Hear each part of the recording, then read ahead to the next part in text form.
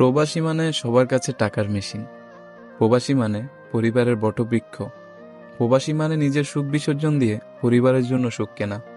প্রবাসী মানে পরিবারের সুখের কথা চিন্তা করে 103 ডিগ্রি জ্বর নিয়ে ডিউটিতে যাওয়া।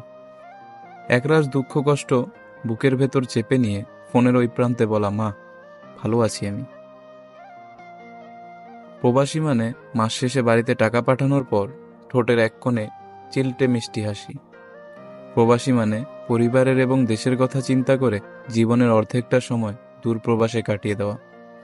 প্রবাসী মানে যে নিজের চাইতেও বেশি পরিবারের কথা চিন্তা করে। নিজে যেমনই থাকুক না কেন, পরিবারকে ভালো রাখতে নিজের সবটুকু দিয়ে চেষ্টা করে। হ্যাঁ, আমি প্রবাসী। যত কষ্টই হোক না কেন, সবসময় ঠোঁটের কোণে লেগে থাকে হাসি। কেননা দিন শেষে আমি আমার পরিবারকে ভালো রাখতে পেরেছি। হ্যাঁ, আমি গর্বিত, আমি প্রবাসী, যে নিজের সবটুকু। প্রবাসী মানে সবার কাছে